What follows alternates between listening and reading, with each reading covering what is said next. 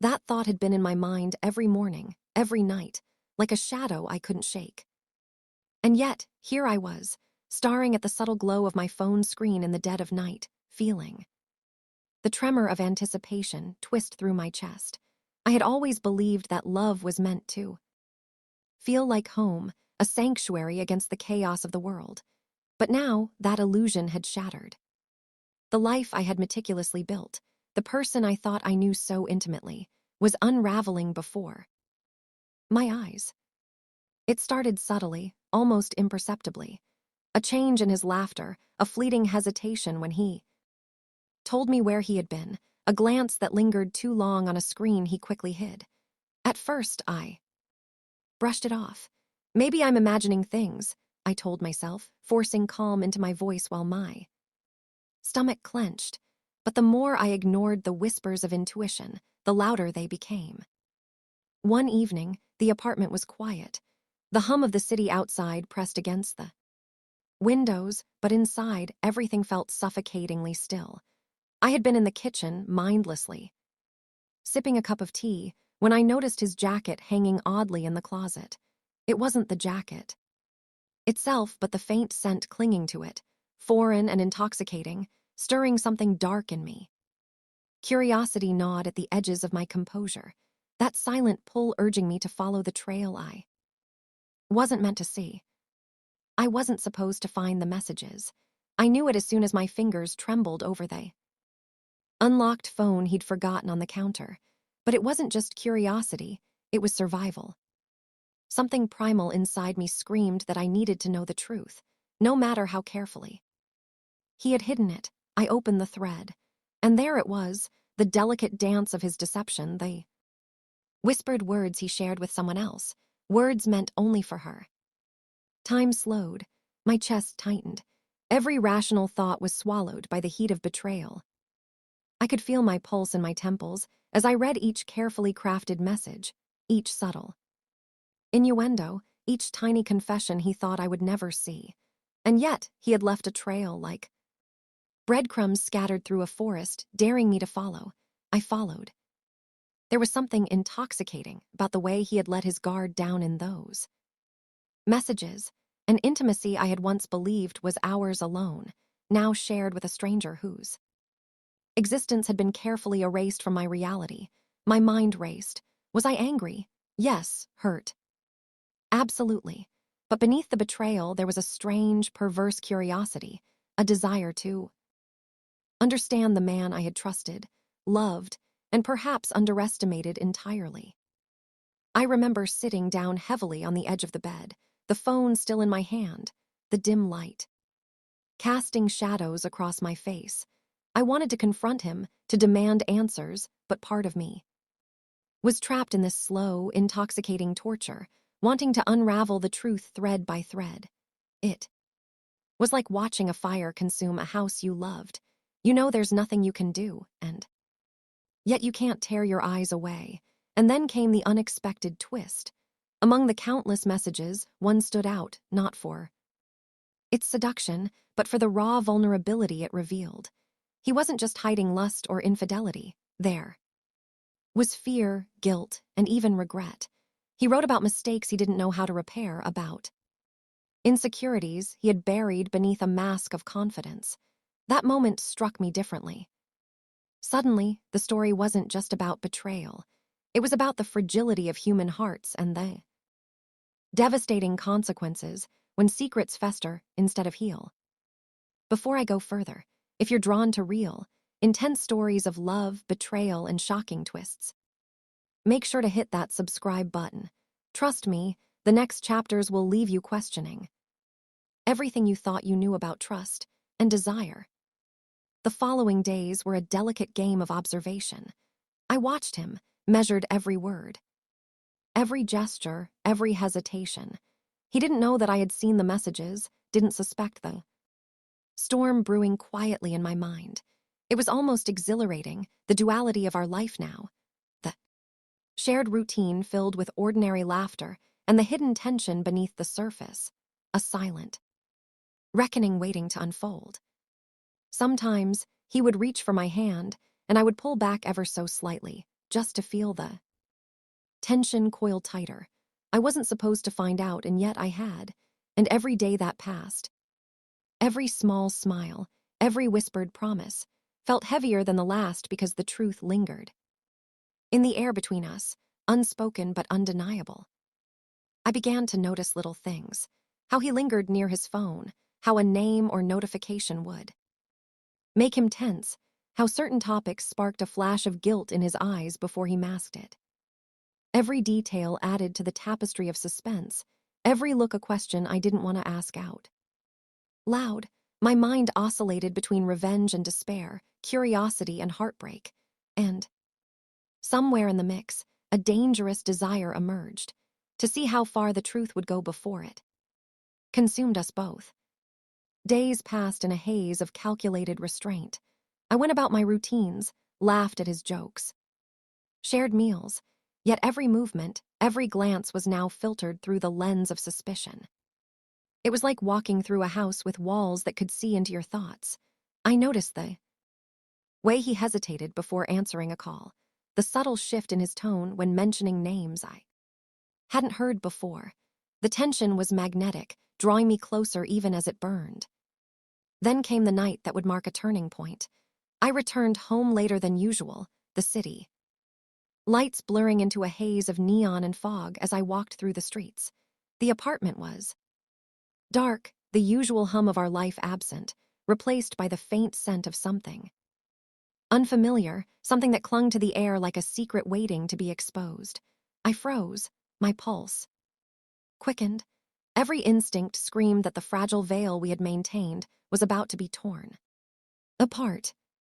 He appeared in the doorway, casual, disarming, as though nothing had changed. "You're late," he said softly, but I saw it, the slight quiver of nerves in his voice, the subtle tension in his posture. For a moment, I felt the thrill of power, knowing that I held a secret he believed safely buried. I walked past him, each step measured, deliberate, savoring the silence that stretched between us like a taut wire ready to snap. I didn't confront him immediately. Instead, I began to piece together the fragments of his secret life, the ones he had inadvertently left exposed. The receipts, the little slips of evidence, coffee, cups from places I didn't recognize, messages on his laptop left open, the faint perfume that lingered on his jacket. Each detail was a piece of the puzzle, a map of betrayal that I traced obsessively, craving the resolution even as it threatened to shatter my world. If you're already hooked and want to see how the story unravels, make sure to hit that like button and subscribe. There's a twist coming that no one saw coming. Don't blink because everything is about to change. And then it happened. The confrontation I had postponed, both dreading and desiring, became inevitable.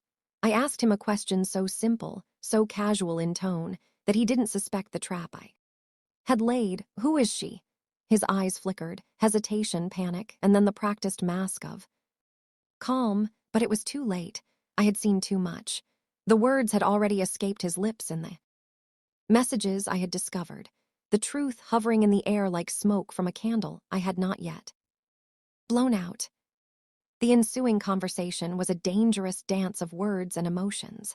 I watched him flail, subtly attempting to control the narrative, to shift blame, to twist reality into something I might forgive. But I had learned a harsh truth. Once the seed of suspicion has been planted, no words, no excuses could fully erase the pain it cultivates.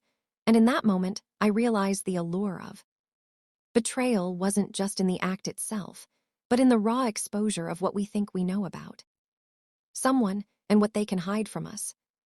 The tension didn't end there. In the days that followed, I began to experiment with the boundaries of control. I responded with cool detachment, measured attention, letting him feel the absence of my unquestioning trust like a slow-burning fire. Each interaction was a game. Each conversation a battlefield where I tested the limits of our fractured connection. I watched him squirm under my silent scrutiny, noticing the subtle ways his confidence faltered, the way his casual charm slipped under the weight of my awareness. I couldn't help but feel a perverse satisfaction, a mix of empowerment and fear. This man, once untouchable in my world, was now revealed in all his complexity. Flawed, secretive, vulnerable. And yet, there was still a part of me that longed for the intimacy we had shared before the betrayal, a dangerous, magnetic pull that made each moment of confrontation feel like both punishment and seduction. Then came the subtle twist, the kind that shifts everything in an instant. I discovered another layer, an unexpected dimension to the affair that revealed his own sense of entrapment, the ways he had been wrestling with his conscience long before I ever found the messages. It wasn't justification, far from it, but it added texture to the story of betrayal, transforming it from a simple act of deceit into a complex web of human flaws, desires, and unspoken fears. The apartment, once a sanctuary, became a stage for a psychological game I hadn't anticipated. Every step he took, every glance he offered, was now loaded with tension, the silent acknowledgement of shared knowledge that neither of us could ignore. I realized that in the wake of betrayal, power shifts in subtle, almost imperceptible ways. Awareness becomes a weapon, silence a shield, and observation an intoxicating form of dominance. And even as the storm raged silently between us, I felt the intoxicating pull of curiosity. What would he do next? How far would he go to conceal the truth or to regain what he had lost?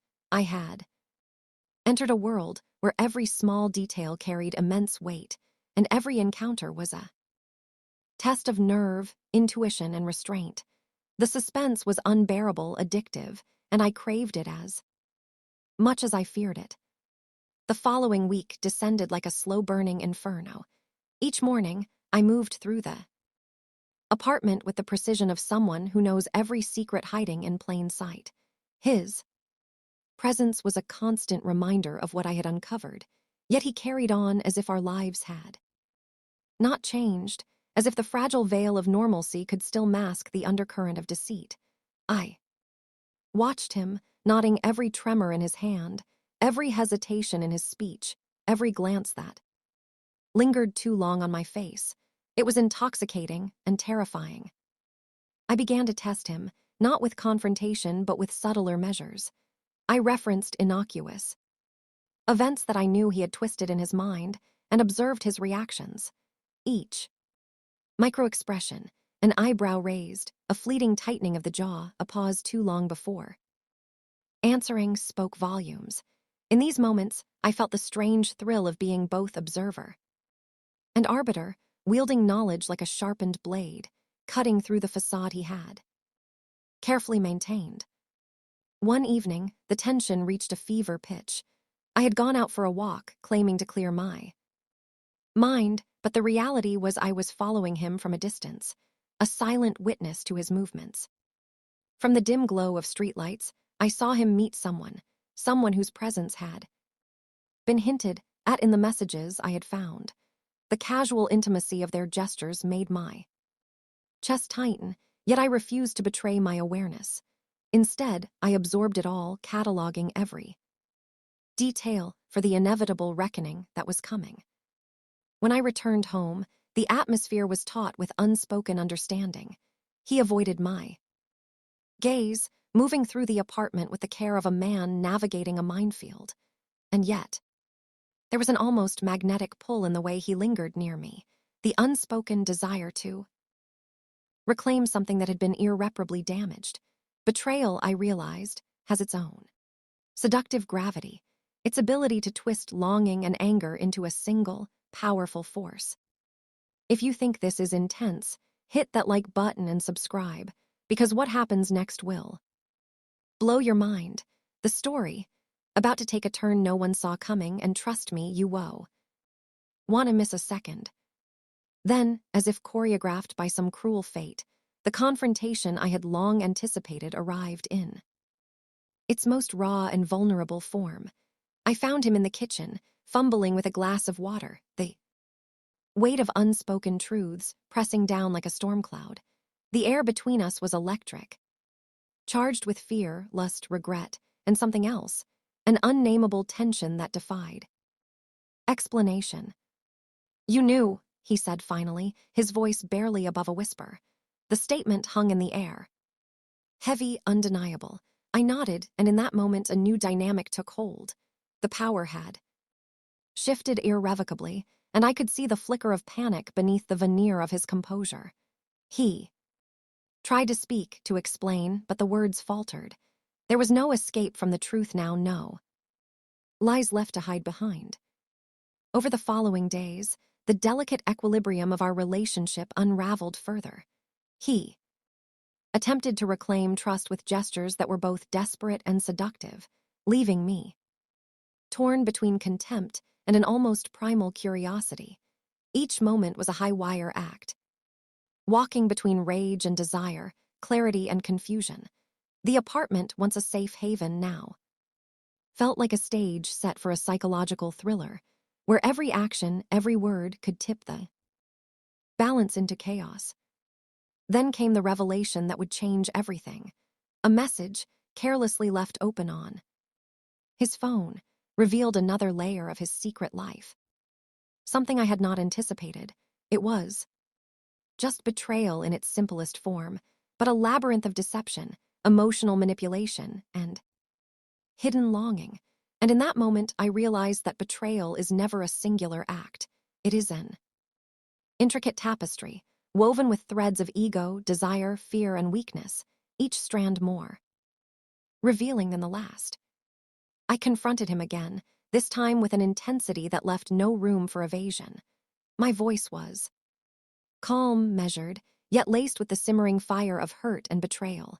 He responded with desperation, pleading for understanding, for forgiveness, for a chance to reclaim what had been lost, but I knew better. Forgiveness was a distant concept, a luxury I could not afford, not yet. Instead, I wielded my awareness like a sword, slicing through the pretense, demanding acknowledgement of every misstep, every lie, every stolen moment of intimacy. In the midst of this confrontation, the layers of his personality unfolded before me like a novel I had never intended to read. I saw his vulnerabilities, his insecurities, the ghosts of past failures. That had driven him to seek validation outside of our bond. And while this did not excuse the betrayal, it added depth to the story, a complex human dimension that made the narrative all the more compelling. And then, just when the tension had reached a seemingly unbearable peak, he revealed a truth that neither of us had anticipated. A decision, a secret, a confession that reframed everything, twisting the narrative into an entirely new trajectory. It was a reminder that in human relationships, there are always hidden currents, secret forces shaping the course of events, and the power of revelation is absolute. The days that followed were a fragile, nerve-wracking dance, each step measured, each glance weighted with unspoken threats. The apartment, once a haven of familiarity, now felt like a crucible, testing the limits of endurance and sanity. Every encounter with him carried the pulse of danger, every word, every gesture a potential minefield. I could see it in his eyes, the combination of longing, guilt, and fear. But beneath it all, there was a raw, almost magnetic attraction that neither of us could deny. The same force that had fueled our love now seemed to fuel the tension between betrayal and desire, creating an intoxicating, volatile energy. I started documenting everything, small notes, observations, patterns of behavior, almost as if I were preparing for a psychological experiment. Each secret he had kept, each lie he had spun, revealed the architecture of his deception. And yet, there were moments when he seemed to drop the mask, letting fragments of vulnerability leak through. It was in these fleeting moments, the brush of his hand, a glance lingering too long, a tone too soft, that the complexity of his humanity became undeniable. I was both enraged and captivated, repelled, and irresistibly drawn in, caught in a web spun from both betrayal and intrigue. It was during one of these moments of fragile proximity that the first real twist emerged. I discovered a letter, tucked away in a place I would never have thought to look, a letter written in his unmistakable hand, filled with raw, unfiltered emotion. It spoke not only of desire, but of fear, of shame, and of an unexpected depth of feeling I had never anticipated. He was confessing a truth about himself he had never shared, about struggles and regrets that had silently influenced every choice he had made. The letter was a Pandora's box, revealing layers of complexity that reframed the entire narrative of his betrayal. As I held it in my hands, the weight of it pressed upon me like a tangible force. I understood. Then that infidelity is rarely a simple act. It is a symptom, a manifestation of deeper fractures in the psyche, a shadow projection of unspoken fears and unfulfilled desires. And yet, understanding did not diminish the pain. It only complicated it, adding nuance to the rage and longing that surged through me. I realized that to truly comprehend the impact of his actions, I would have to confront not just him, but myself, my expectations, my boundaries, my capacity to forgive or to exact retribution. The following evening, tension erupted into confrontation. I found him in the dimly lit living room, seemingly lost in thought, unaware of the storm gathering behind my eyes. I laid the letter on the table, our silent witness. "Explain this," I demanded, my voice calm yet unmistakably charged. He froze, the colors of panic and shame washing over his features. He tried to speak, but the words faltered, stumbling over the jagged terrain of guilt and desire. "I didn't want you to know like this," he finally admitted, the sentence heavy with regret. What followed was an emotional collision of epic proportions. We moved between confession and accusation, between fury and longing, each sentence a spark igniting the tinder of unresolved tension. I saw the human beneath the betrayal, a man tormented by choices, by impulses he could not always control, by desires that collided violently with the life we had built together. And I saw myself, a woman grappling with her own strength, her own standards, her own appetite for justice and intimacy. It was a delicate, dangerous equilibrium, each of us balancing on the edge of emotional ruin and revelation. If your heart is racing right now, don't stop. Hit like, subscribe, and turn on notifications, because the next chapter will expose secrets you never saw coming. The stakes just got higher. And trust me, you will want to witness every shocking twist. And then, as the night deepened, the second revelation struck like lightning. He had been hiding not only the affair, but an entire series of choices that intersected with my life in ways I could never have predicted. Friends, colleagues, and acquaintances, people I had trusted, implicitly, were now entangled in his web of deception. Each revelation, each uncovered truth, layered upon the last, creating a labyrinth of betrayal that seemed impossible to navigate. And yet there was an undeniable thrill in the unraveling, a seductive pull toward understanding the depths of human imperfection and the psychology of secrecy. By the following week, I realized that our dynamic had irreversibly changed.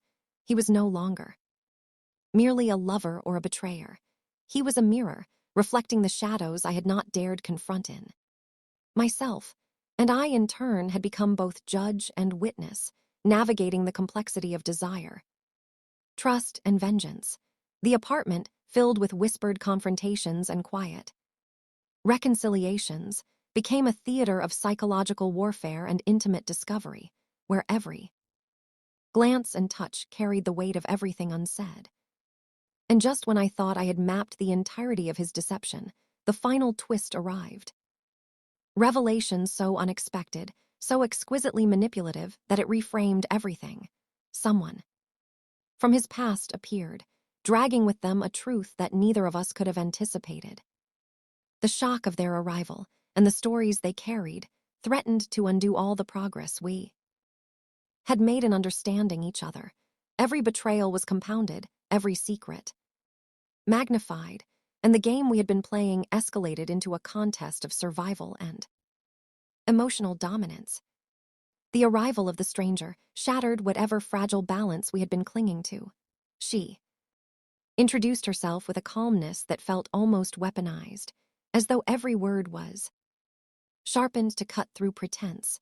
Her eyes lingered on him with a familiarity that turned my blood cold. It was not the gaze of a passing acquaintance or even a fleeting temptation. It was the gaze of someone who knew too much, someone who had occupied spaces of his life that I had not been allowed to touch. The story she carried unraveled like a poisonous thread. She spoke of encounters hidden in shadows, whispered promises that had been given freely, and a side of him that was both darker and more fragile than anything I had imagined. Her tone wasn't one of jealousy. It was possession, a declaration of territory that made every nerve in me tighten. And as she spoke, I realized something chilling. I wasn't merely contending with his betrayal. I was entangled in a history of secrets far older than I knew. He sat there, caught between silence and panic, unable to refute the truths she laid bare. His guilt spilled from every glance, every twitch of his hands. Yet what horrified me most was not the betrayal itself, but how smoothly he had compartmentalized it all, how he had built parallel realities and moved between them with such ease. I wondered, had I ever truly known him?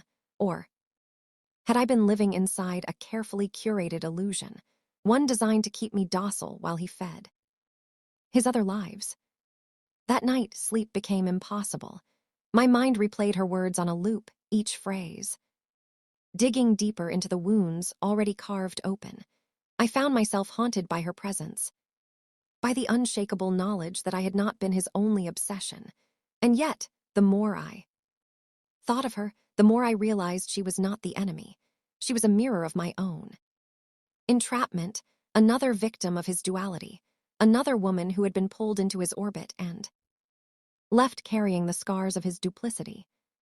But where she seemed broken, I felt something different rising inside me.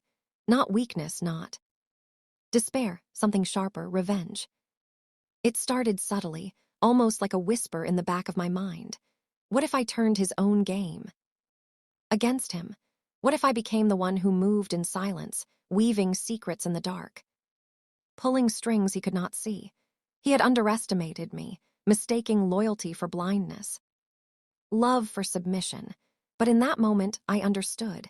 He had given me the blueprint of his deceit, and I could use it to dismantle him piece by piece. The following days, I played my part to perfection. I smiled when he smiled, laughed when he made jokes, leaned into his touch as though nothing had changed. But inside, I was taking note of every weakness, every dependency, every lie waiting to collapse under its own weight. He thought he still had me tethered, but what he didn't realize was that I was cutting the strings in silence, one by one. And then I reached out to her, the other woman, the supposed rival. I invited her into my confidence, not out of trust, but out of strategy.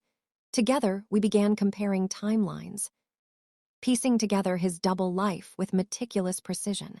What we uncovered was worse than either of us had imagined. He hadn't just betrayed us with each other. There were more. An entire pattern of manipulation stretched out behind him, like ghosts hidden in the corridors of his past. Each new revelation fueled my resolve. It was no longer just about heartbreak or jealousy. It was about reclaiming my power, about refusing to let his lies define the story of my life. If you're hooked right now, don't look away. Hit subscribe and turn on notifications. What happens next will push this story to a breaking point you won't see coming.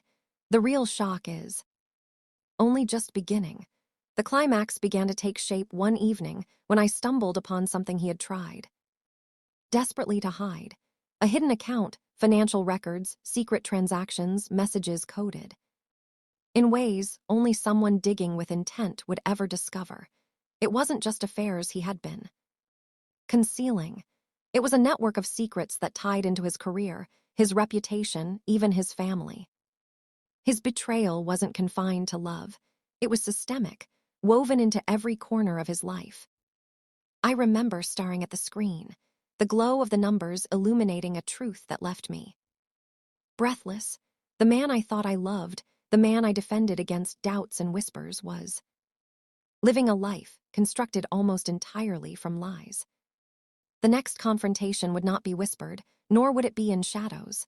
It would be a spectacle. And for the first time since this nightmare began, I felt an almost intoxicating sense of control. The night I decided to confront him was deliberate, orchestrated like a stage play where every actor already knew their lines, except him. I waited until he returned home, weary and distracted, his guard lowered by routine. The table was set with his favorite meal, the wine. Already poured, a perfect illusion of domestic harmony. To him, it must have felt like normalcy. Restored. To me, it was the calm before the storm.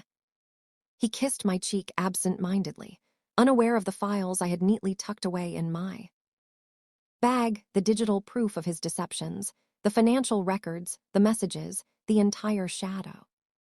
Life he thought invisible. My pulse hammered with a mixture of fear and anticipation. Would he crumble when the truth came crashing down? Or would he attempt yet another performance, spinning new lies in the hope that I would swallow them like I always had?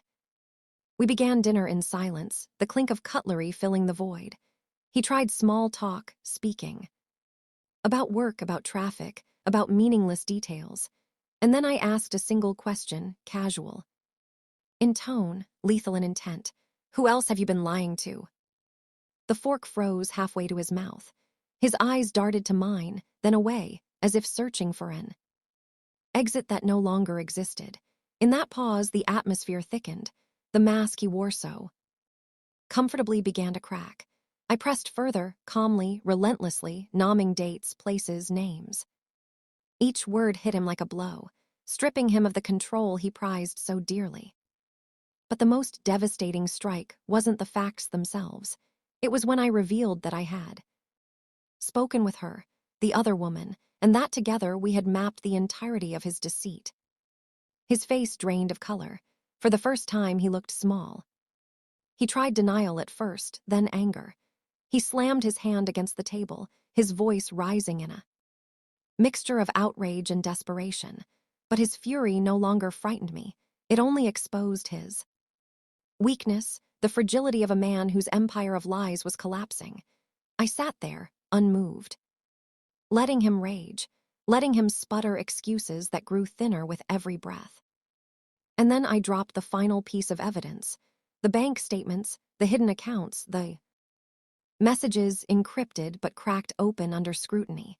His betrayal was not just personal, but criminal, layered in ways that implicated his career, his so-called friends, even the family he claims to protect. He had not only gambled with my trust, he had gambled with everything he touched. The silence that followed was suffocating. He stared at me, trembling not from guilt but from fear of losing the carefully constructed life he had built on manipulation. Fear that I, the woman he underestimated, now held the keys to his undoing. In that silence, a shift occurred. I realized that revenge didn't have to be loud or violent or even dramatic. True revenge was patience. It was control. It was walking away with dignity while leaving him to suffocate in the ruins of his own lies. And yet, there was one more move to play, one that would ensure he never saw me as weak again. The next morning, I didn't scream, I didn't beg, I didn't plead. Instead, I dressed in silence, packed only what I needed, and walked out the door. No explanation, no closure, nothing for him to cling to. The absence itself would become the punishment. He would wake up to an empty bed, an empty house, and the haunting awareness that I was gone, and that I had the power to destroy him if I chose to. But the story didn't end there, because as I stepped into the daylight, I wasn't just leaving him behind. I was stepping into a new chapter where secrets could be weaponized, alliances could be built, and justice could be delivered in ways he could never predict. The woman, he thought, was submissive, had transformed into his most dangerous adversary. And the question burned in my mind. Would I let him spiral into ruin on his own, or would I twist the knife, exposing him to the world he had fooled for so long? The choice was mine now, and the taste of that power was intoxicating. If you think walking away was the end, think again. The story takes a darker, more dangerous turn from here, one that will leave you questioning who truly won in this tangled web of betrayal. Make sure you're subscribed so you don't miss what happens next. The days that followed felt surreal, like I was moving through a film where every scene was scripted for maximum tension. He called, of course, first with confusion, then with rage, and finally with desperation. His voicemails shifted from barking accusations to pathetic apologies, his voice cracking under the weight of his unraveling control. But I didn't answer. Silence, I realized, was the sharpest blade. It cut deeper than any confrontation. To a man like him, silence was unbearable. It forced him to hear only his own guilt echoing back. And while he panicked, I planned.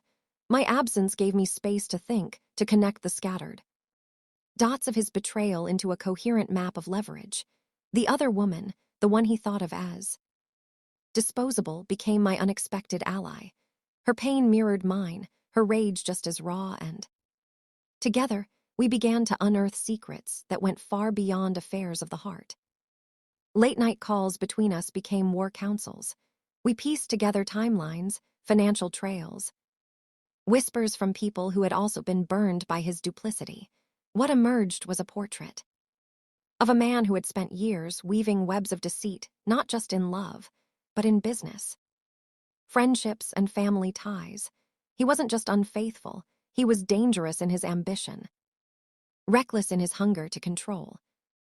And suddenly, it was no longer about heartbreak. It was about justice.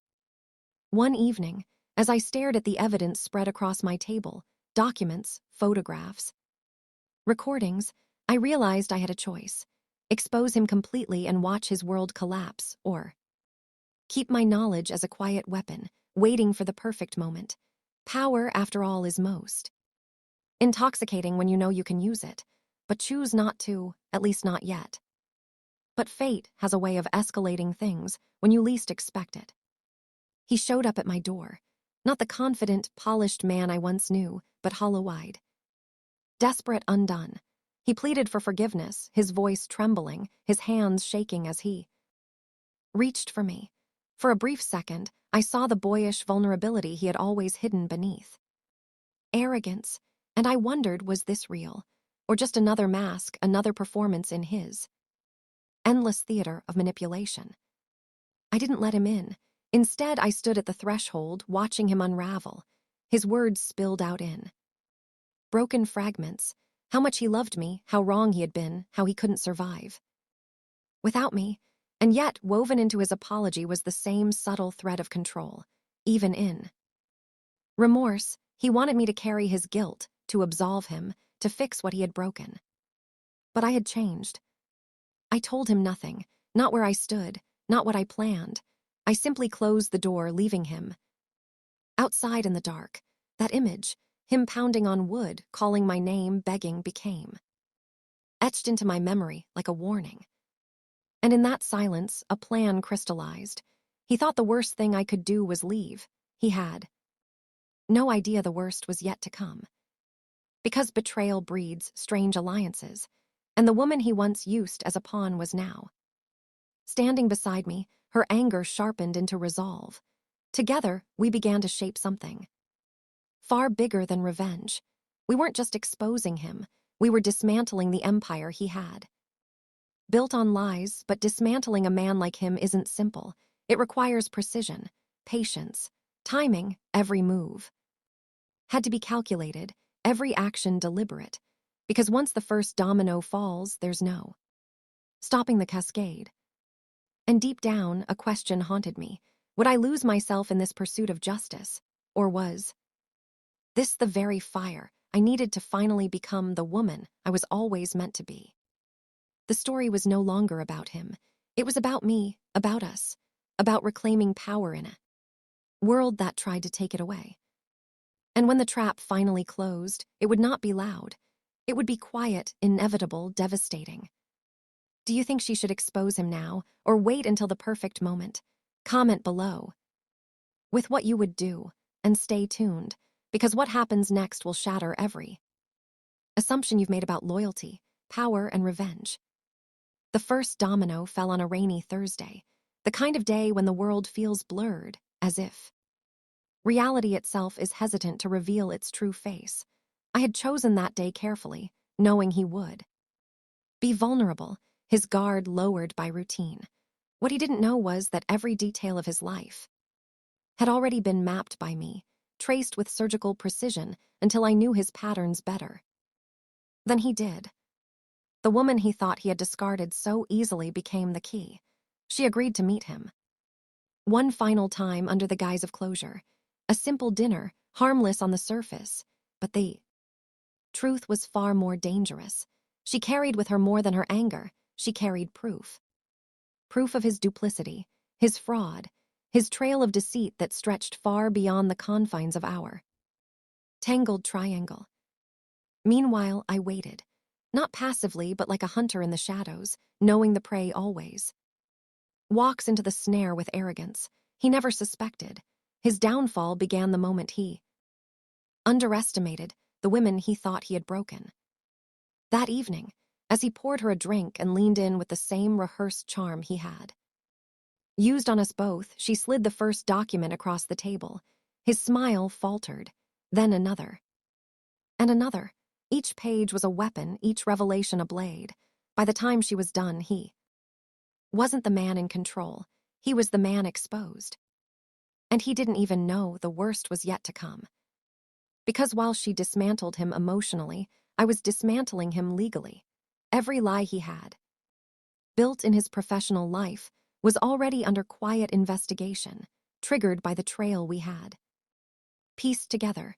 His empire, once untouchable, was crumbling from the inside, deals collapsing, accounts frozen, associates turning cold. Yet here's the irony. As his world fell apart, he clung harder to me. The very woman he betrayed became, in his mind, the only lifeline he could imagine. He called me relentlessly, texted me, begged to meet. It was almost laughable, the way he shifted between arrogance and desperation, threatening to expose his own lies if I didn't help him. But the real twist came not from him, but from her, the woman he had betrayed alongside me. Because betrayal creates strange intimacy, but it also breeds its own shadow. Somewhere along the way, she stopped seeing him as the enemy alone. She started seeing me as a rival in a different war, the war for who had been most wronged, who deserved to wield the final strike. One night, she confessed something I hadn't anticipated. Her revenge wasn't just about him, it was about me too. She resented me for being the woman he chose publicly, the one who had worn the mask of legitimacy while she lived in shadows. To her, I was complicit. That revelation hit like a second betrayal. I realized I wasn't just fighting him, I was entangled in a storm of mirrored pain. She wanted justice, yes, but she also wanted something else to prove. She could bring him down more completely than I ever could. So the alliance cracked, not broken, not yet, but strained. And in that fracture, I felt the sharp edge of danger, because betrayal never ends neatly.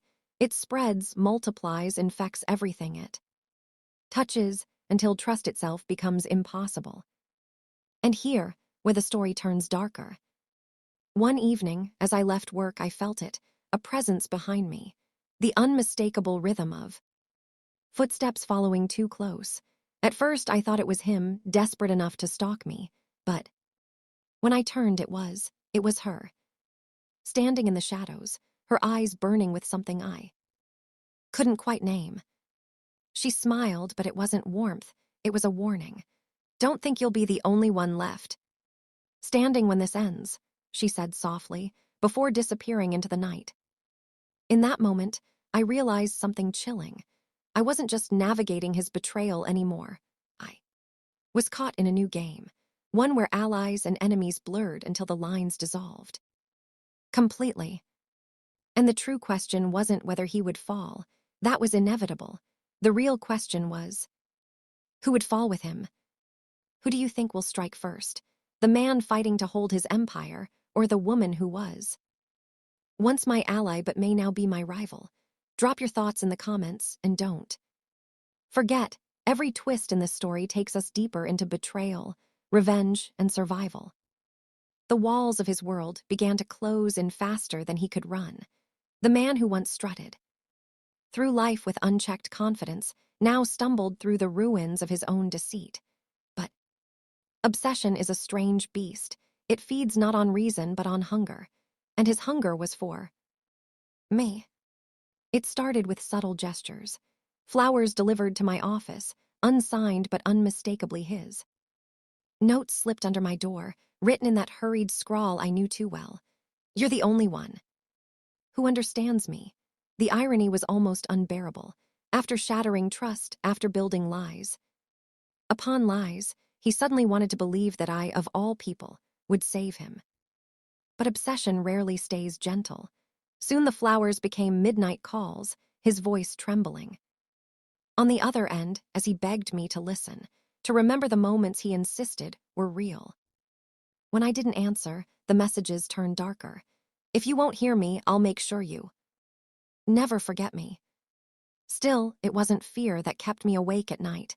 It was the woman who had once stood beside me. She moved like smoke, appearing in places she had no reason to be. At the cafe near my office, on the train platform.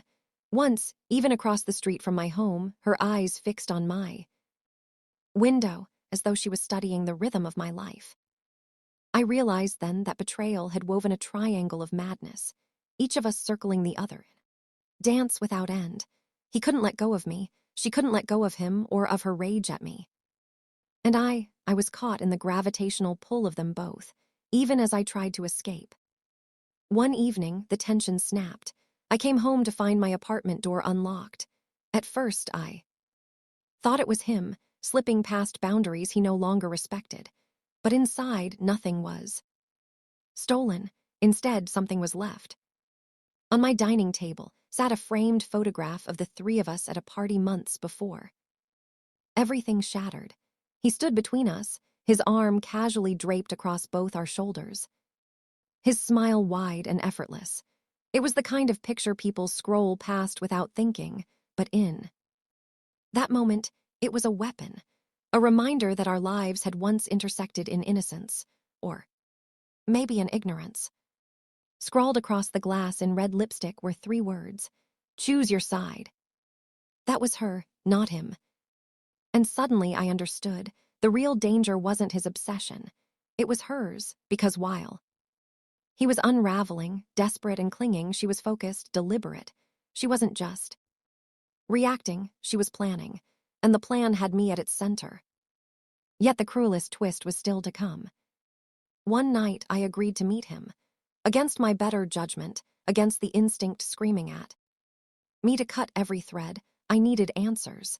He arrived looking nothing like the man I once thought invincible. His suit was wrinkled, his eyes hollowed, his hands shaking as he reached for me. She's not what you think, he whispered, his voice cracked with fear. She wants more than revenge. She wants everything. If you don't help me stop her, she'll destroy us both. But as he spoke, I saw it. His eyes darting, his lips twitching, his words tangled in desperation. Was he telling the truth? Or was this just another lie, another performance in a life built on deception? And then, just as I was about to walk away, he said something that froze me in place. She's already been inside your home. The blood drained from my face. He shouldn't have known about the lipstick message. Unless they weren't enemies after all. Unless this entire war was nothing but theater, designed to pull me deeper into their game. It was then I realized the most dangerous truth of all. Betrayal had fused them together in ways I couldn't untangle.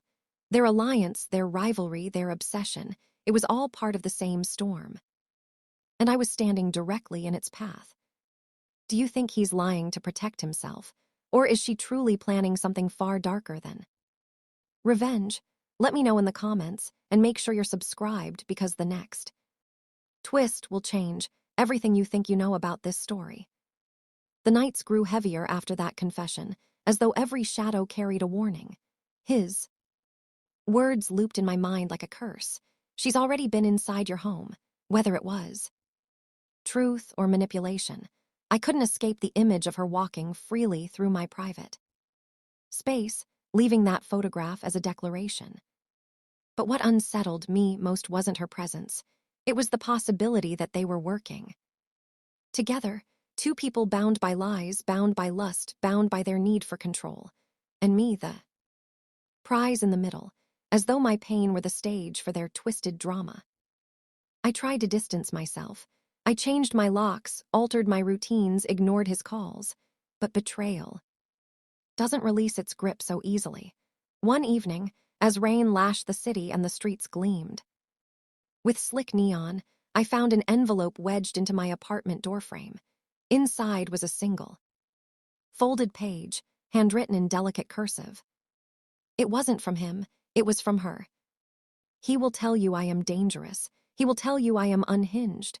But ask yourself this: if that were true, why does he still run back to me when the world goes dark? You think you were his salvation, but you were only his distraction. I was always the choice. The words sank into me like poison. They weren't just designed to hurt, they were designed to dismantle my sense of reality.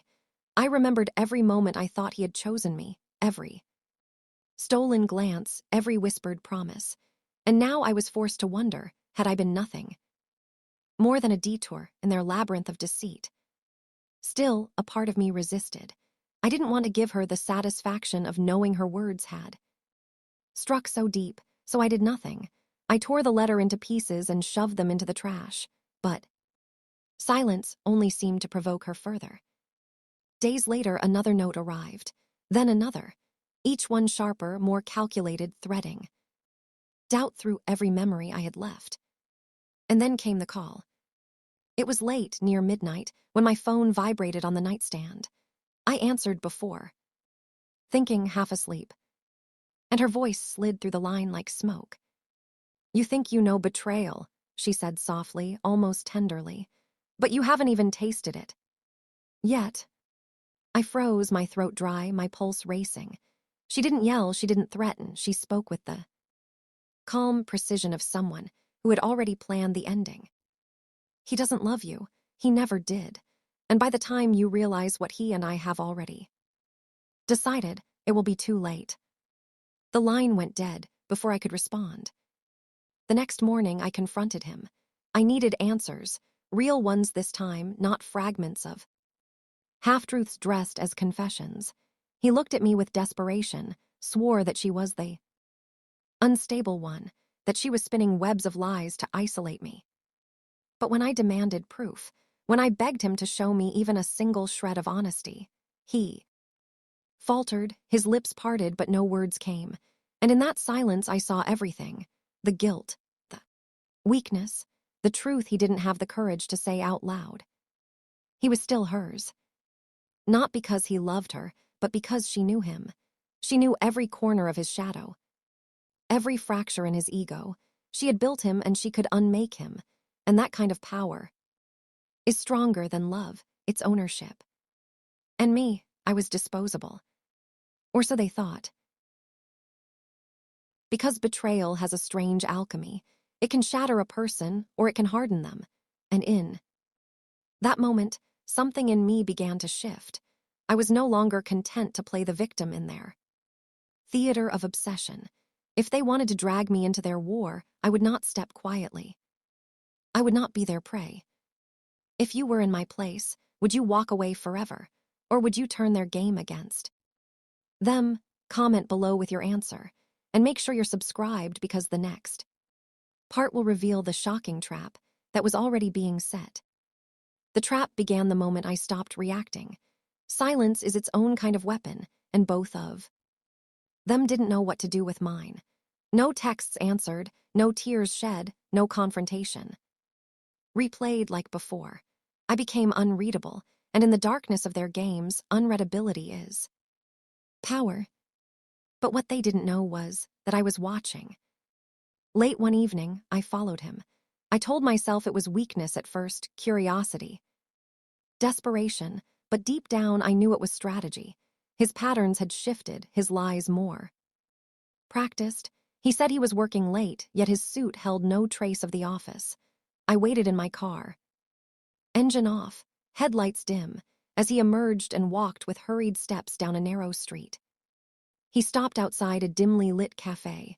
Not a place of business, not a public bar, somewhere. Discreet, and she was already there waiting. I stayed in the shadows, watching as they sat close, too close. Their gestures were frantic. Desperate, hers laced with dominance, his with submission. She touched his wrist and he flinched, not from anger but from the tether of someone who owns your secrets. I should have stormed in. I should have screamed. But instead, I let the scene sear into my memory, every glance, every touch, every betrayal written in plain sight. Because a woman who knows the truth doesn't expose it immediately. She waits until it can be used. When he returned that night, his voice was soft, rehearsed. He spoke of long hours, late meetings. I nodded. I didn't ask a single question. His relief was visible, and that was the moment I knew. He no longer feared losing me. He believed I was already broken. And that belief would be his downfall. A week later, the calls from her stopped. No more letters, no more taunting whispers at midnight. The silence wasn't peace, it was calculation. And I could feel it the way you feel. Storm building long before the thunder cracks the sky. One afternoon, a message arrived on my phone. No name, no number, just an image. Him. Asleep, my sheets, my bedroom. The picture was recent. I could tell by the cut on his hand he'd gotten only days before. And the caption below it, 4 words only: you don't know him. The air left my lungs. She was in my home. Not weeks ago, not in some distant threat, but now. Recently, boldly. When I confronted him, he didn't deny it. His silence spoke louder than lies ever could.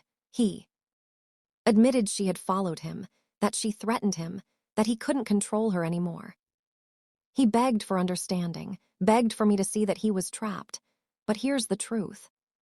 He wasn't trapped by her, he was addicted to her. To the chaos, to the power struggle, to the darkness that only she seemed to unlock in him. That's when my fear dissolved into something sharper. Clarity.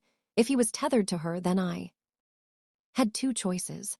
Walk away quietly and let them consume each other, or step into their battlefield and burn every illusion they had built. I chose the fire. It started small. A casual suggestion here, a remark there. I mentioned to him that someone had seen him at the cafe. I let him wonder how much I knew. Then, one evening, I left a note on his pillow, written in the same delicate cursive as hers. Nothing more than, I was here. The effect was immediate. He unraveled. His paranoia grew visible, his calls frantic, his nights restless. He didn't know if it was me or her or both. And for the first time, I saw fear in his eyes, the same fear he had once planted in me. And still she waited, watching, planning. The question wasn't whether they would destroy me. The question was which one of them I would destroy first. What would you do if you found undeniable proof that the betrayal was happening inside your own home? Would you leave, or would you fight fire with fire? Let me know in the comments. And don't forget to subscribe, because the next chapter will reveal the night everything came to a breaking point. The rain had stopped, but the silence it left behind was louder than thunder. Claire's absence had carved a hollow space into the walls of my home. Everywhere I looked, I saw the ghost of her discovery. The shattered wine glass on the kitchen floor, the untouched dinner plates, the faint trace of her perfume on the hallway she had stormed through. I tried to convince myself she would cool off, that she would return, that we'd sit down and talk it through. But the longer the hours stretched into the night, the more my chest ached with a truth I could no longer outrun. She wasn't just hurt. She was finished. Their eyes sparkled in a way that made my chest tighten, a mixture of fire and something I couldn't name: joy, defiance, revenge. I stared at the screen, heart pounding. My mind, desperate for clarity, tried to convince me it was coincidence, friends meeting perhaps, yet every instinct screamed at me they weren't just meeting, they were conspiring. The city outside blurred through my rain-spattered window, but my focus was inward, on the spiraling chaos I had created. I had always considered myself clever, capable of navigating the complexities of desire and discretion. But desire has a way of turning even the smartest minds into fools, and I had been a fool, tangled in a web spun by two women whose power I had underestimated. I found myself packing the streets that night, tracing the places where I had once been seen with Claire, imagining Emma slipping past me unnoticed, imagining them together, plotting some retribution I couldn't yet see. Every shadow held a secret, every passerby a possible messenger. My own paranoia became a mirror, reflecting the guilt I had tried so desperately to suppress. By the fourth night, I was awake, restless, the lines between reality and imagination fraying. My phone buzzed, a message, no words, just a location. I hesitated. Then, driven by a mixture of fear and obsession, I found myself driving toward it, the city's pulse blurring, past like the hands of a clock I no longer recognized. The place was a dimly lit bar, tucked into a side street where the neon flickered and the rain slicked pavement mirrored fractured lights. I slipped inside, unnoticed, scanning for any sign of them. And then I saw them. Claire, her posture rigid yet fluid with a strength I hadn't noticed before, and Emma, leaning in. Close, her hand brushing Claire's with an intimacy I couldn't have imagined. The sight was unbearable. I could feel my chest tightening, my stomach twisting in knots. The betrayal was just physical or emotional anymore. It had become an art form, a narrative crafted perfectly. Without my knowledge. I wanted to run, but curiosity held me hostage. I watched as they spoke in low tones, their faces lighting up in laughter I hadn't heard directed at me in years. I realized then, with a clarity that was as painful as it was undeniable, that I had been replaced in their story, and the story was far more intoxicating than anything I had offered. When they finally stood, leaving the bar together, I followed at a distance. The rain began again. Cold and relentless, soaking my clothes, but I barely noticed. Every step they took felt like a statement, a message I could not ignore. They were untouchable, free in a way I had never allowed myself to be, and the realization was as punishing as it was humiliating. That night, I returned home, drenched and exhausted, my mind spinning through the possibilities of what I could do, what I had lost, and what they were planning. The walls around me seemed to pulse with the memory of their presence, and I realized something terrifying. I had underestimated them. I had believed that love, lust, or guilt could bind women, that I could manipulate the tides of desire to my favor. But Claire and Emma had their own currents, and I was drowning in them. The next morning, a package arrived at my door. No return address, no sender name, just a single photograph. Me, caught in a moment I thought private, and behind me, the faint reflection of Claire, smiling knowingly. It wasn't just about them anymore. It was about my own downfall, meticulously documented. Reminder that secrets can only remain hidden until they choose not to. And I realized I wasn't in control. I had never been. If you thought this twist was intense, wait until you see what happens when the lines between betrayal and revenge blur. Don't miss the next chapter. Hit subscribe and turn on notifications so you can follow every shocking turn of this story. The photograph lay on the table, its glossy surface reflecting the fluorescent light above like a cruel mirror. I couldn't touch it, couldn't look away. It was a tangible accusation, a silent testament to the games I had thought I controlled. Every heartbeat seemed to echo in my ears, louder than the rain hammering against the windows.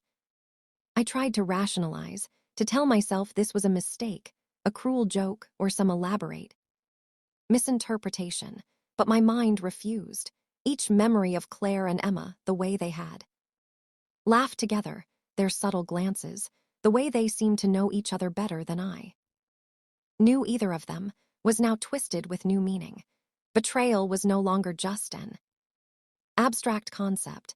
It had taken shape, had become a living, breathing thing, stalking me through every empty corner of my apartment.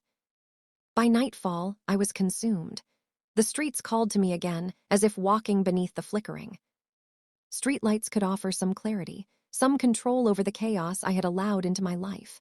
I traced my steps from the previous night, the neon glow reflecting in puddles like fractured memories.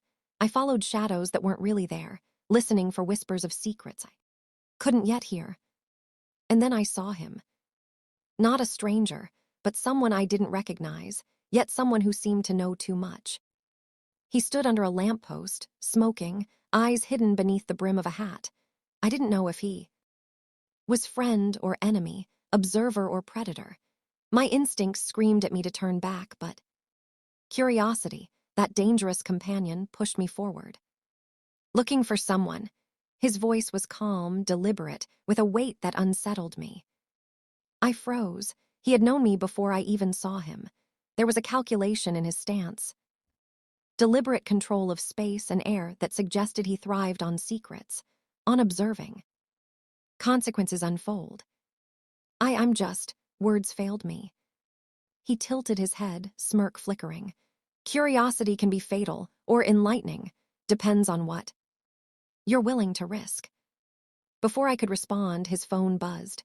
He glanced down, smirk deepening. A message arrived. Claire's name illuminated the screen. And then I understood. This was no coincidence. The web had threads, and I was tangled in more than one. He vanished as quickly as he appeared, leaving me standing in the rain-soaked street, soaked to the bone, trembling with a mixture of fear, desire, and fascination. It wasn't just Claire and Emma anymore.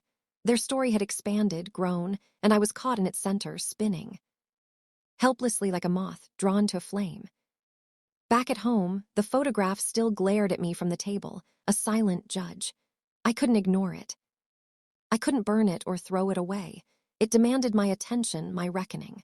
Each memory I had, once held sacred, of Claire's gentle touch, Emma's teasing glances, every shared secret was now laced with poison.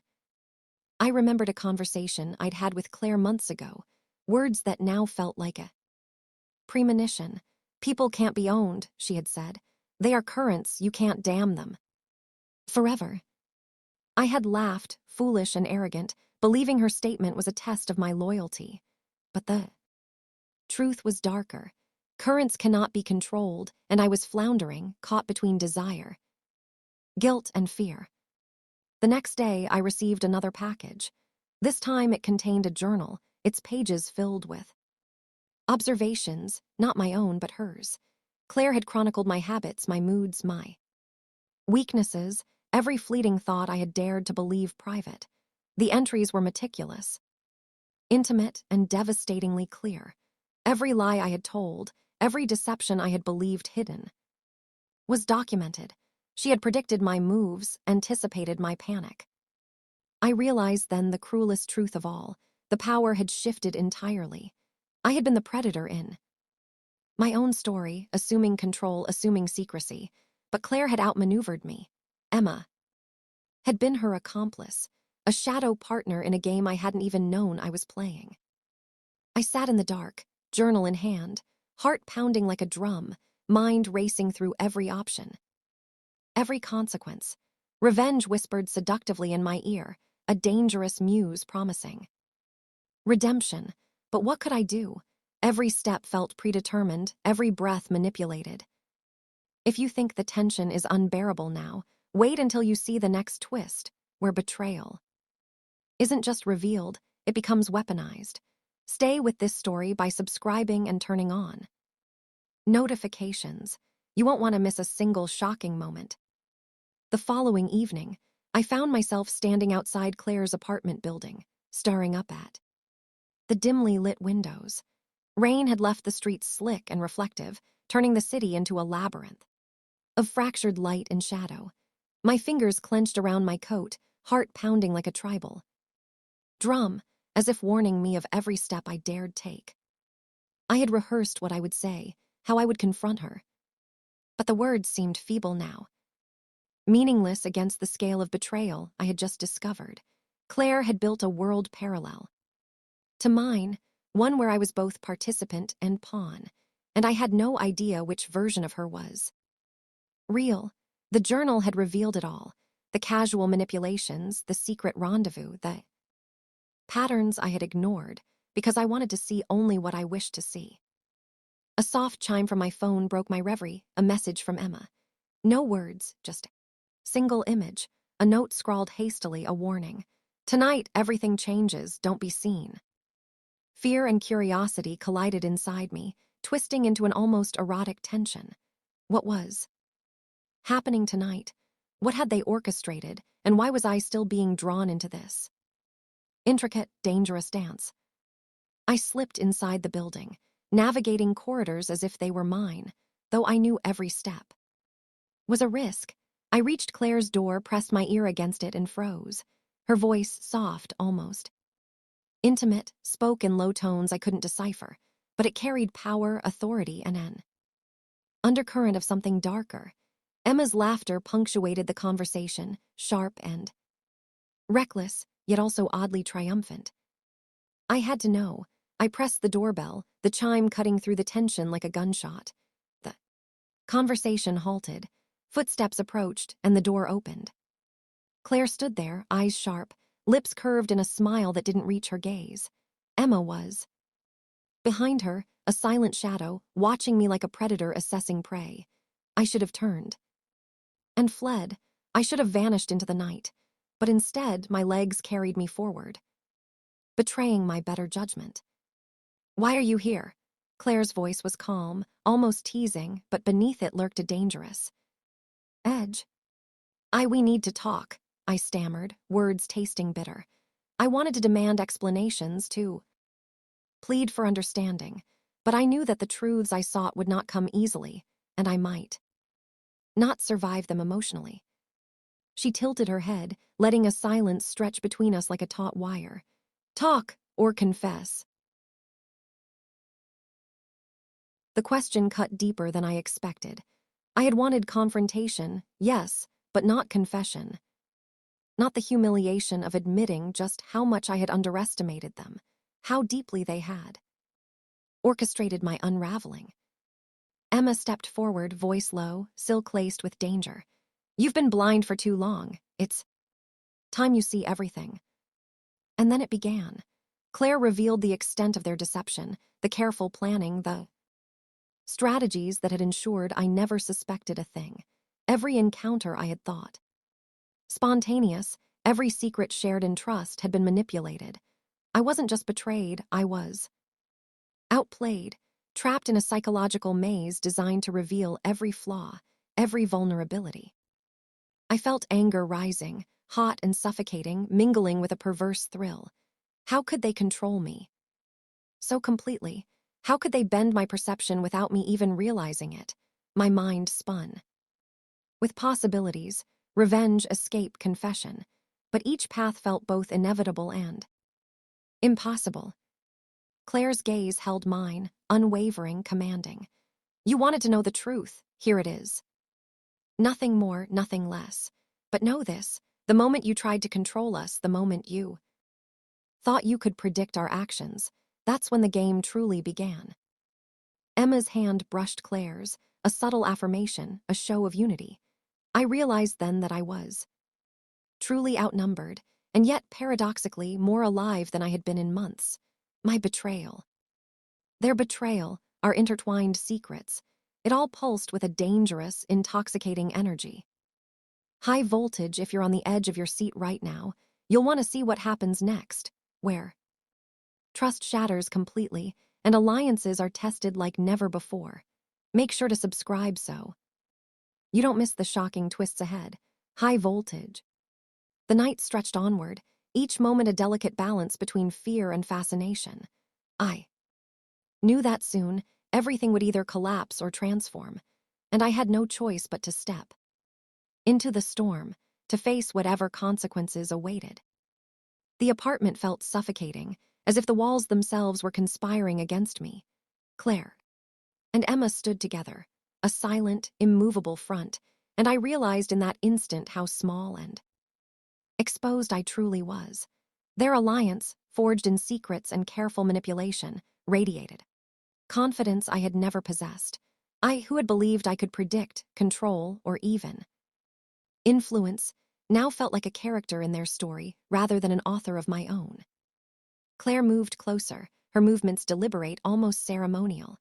She held out a folder, thick, with papers, photographs, and digital printouts. Everything, she said simply. Every lie, every omission, every hidden meeting. You'll see how long this has been going on, and you'll understand exactly why you were kept in the dark. I hesitated, but curiosity burned brighter than caution. My hands shook as I took the folder, flipping through the meticulously organized evidence. There were receipts, screenshots of messages I had never seen, photographs that caught moments I thought were private. It was undeniable, irrefutable. My world, my perception of Claire, of us, of trust itself, had been dismantled piece by piece. Emma stepped forward, her presence magnetic and unnerving. And yet, she said softly, you still came. You still wanted to see it for yourself. That shows something about you, doesn't it? I didn't answer because I couldn't. Every fiber of my being screamed with betrayal, humiliation, and a peculiar thrill, the thrill of facing the truth no matter how devastating. I realized then that I had been complicit in my own undoing, blinded by desire and trust, lulled into comfort while the real currents swirled beneath the surface. Claire's voice cut sharply through my thoughts. Do you know what the most fascinating part is? She asked, eyes gleaming with an almost predatory intensity. It's not the lies or the secrecy or even the deception. It's how easily you were manipulated, how predictably you reacted, how willingly you gave us everything without suspecting a thing. Anger surged through me, hot and uncontainable. You played with me, I spat the words, tasting like ash in my mouth. You betrayed me in every possible way. Emma smiled, but it wasn't warmth. It was victory, satisfaction. We didn't betray you. You betrayed yourself by expecting the world to conform to your understanding. The truth is, you were never in control. The room seemed to shrink around me, each heartbeat amplified, echoing like a warning drum. I had imagined confrontation would bring catharsis, but now it brought something far more complex, a disorienting mixture of rage, fascination, and helplessness. I wanted to lash out, too. Escape, to tear everything apart, but I realized my actions would only feed into the intricate web they had spun. Claire placed a hand gently on the folder. Now you understand, she said, and understanding is only the beginning. What happens next, that's up to you. The weight of her words pressed down on me. I saw the full scale of the labyrinth I had entered. The network of secrets, lies, and calculated moves. I could fight, I could expose, I could try to reclaim control, but each path was fraught with emotional peril, each choice a mirror reflecting my own vulnerabilities and desires. And then, the final blow. Claire revealed the extent of the hidden relationship that had been orchestrated not out of love, but out of a complex need for power, dominance, and psychological testing. The revelation left me breathless, reeling with disbelief. Everything I had assumed about loyalty, about intimacy, about trust, had been shattered. I sank into the couch, stunned and unmoored, while they watched me, waiting for the inevitable reaction. Rage, heartbreak, desperation. They were all there, swirling together into a storm I could neither avoid nor control. I wanted to scream, to run, to burn it all down, but I also wanted to understand. To see the full story, to dissect every layer, to grasp how deeply the web had been woven. High voltage, if your heart is racing right now, make sure you hit subscribe. You won't want to miss the shocking final twist that will reveal the ultimate choice, the true betrayal, and the shocking consequences that follow. Trust me, the end will leave you breathless. High voltage. I realized something vital in that moment. The story wasn't just about them, or even about me. It was about the nature of desire, control, and vulnerability. About how easily hearts can be manipulated, how trust can be weaponized, and how the human mind, when faced with the truth, teeters between destruction and revelation. Claire and Emma were not villains in the conventional sense. They were masters of a psychological art, challenging my ego, exposing my weaknesses, and forcing me to confront my own shadows. And in that confrontation, I found a strange clarity, an understanding that betrayal, no matter how painful, was also a path to self-awareness, a brutal but transformative mirror reflecting who I truly was beneath the layers of desire, trust, and naivety. As I left the apartment that night, folder clutched to my chest, the rain had stopped, leaving the streets glistening with reflections of neon lights and fractured truths. I walked alone, every step a mixture of fear, relief, and anticipation. I didn't know what tomorrow would bring, who would stand by me, or how the aftermath would unfold. But I knew one thing: the world had shifted irreversibly, and I would never view love, trust, or desire the same way again. The days that followed were a relentless storm of thought and feeling. Every glance, every sound, every memory became a weapon or a revelation. I found myself packing through my apartment at odd hours, the folder of secrets lying open on the coffee table, images and messages burned into my mind. The betrayal wasn't just a story of their manipulation. It was a test, and I realized I had a choice: remain a pawn or reclaim myself in a way that transcended anger, hurt, and despair. Claire reached out one evening, her message precise, almost ceremonial. "Are you ready to finish this?" The words felt like a challenge, a gauntlet thrown down, and yet I knew this was my opportunity to turn the tide. I met her at the same apartment where the web had first been revealed, the air thick with unspoken tension. Emma was there as well, eyes sharp, movements calculated, as if they could read every flicker of my intent. I opened the door, and in that instant I saw not enemies but architects of my awakening. They had forced me to face shadows I had ignored for years, the illusions of trust, the seduction of denial, the fragile nature of control. I could feel the power in the room, the electricity of confrontation and unmasking, and for the first time, I understood that my reaction would determine the outcome, the story's trajectory, and my own emergence from the wreckage. Claire stepped forward, holding out her hand. "Are you angry?" she asked softly, almost tenderly. "Or are you awakened?" I didn't take her hand. Instead, I lifted my chin, meeting her gaze with a calm that belied the storm within. "I am neither," I said. "I am no longer yours to test, no one's." Emma's lips pressed into a thin line, a hint of disbelief flickering in her eyes. "That's unexpected," she admitted.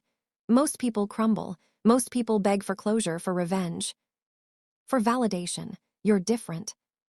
"I've realized something," I replied.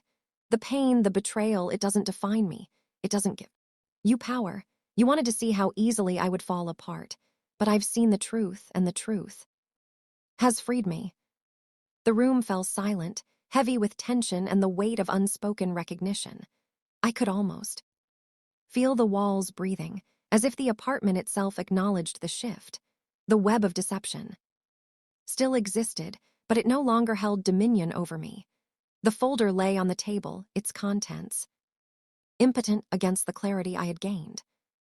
And then, with deliberate calm, I made my move, not one of vengeance, but of control, of reclaiming my narrative. I gathered the folder, locked eyes with Claire and Emma, and said, "Your story ends here. I write my own." They didn't protest. They couldn't.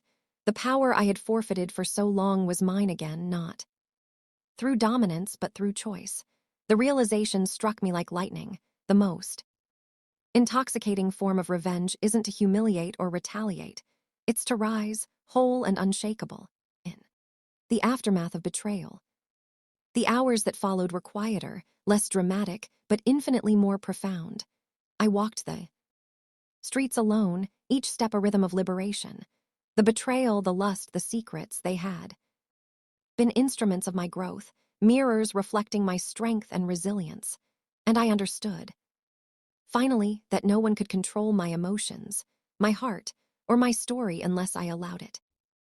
Weeks later, I looked back on the entire ordeal with a sense of clarity.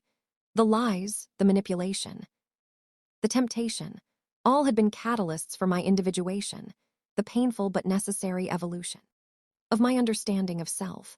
I had been tested, yes, but I had emerged not only intact but empowered, possessing a knowledge of human desire, weakness, and shadow that few ever acquire. And as I stood by the window one rainy evening, watching the city lights shimmer in puddles and reflections, I felt a quiet joy. Not triumph over them, not vengeance, but triumph over my own limitations. I had survived, grown, and transformed.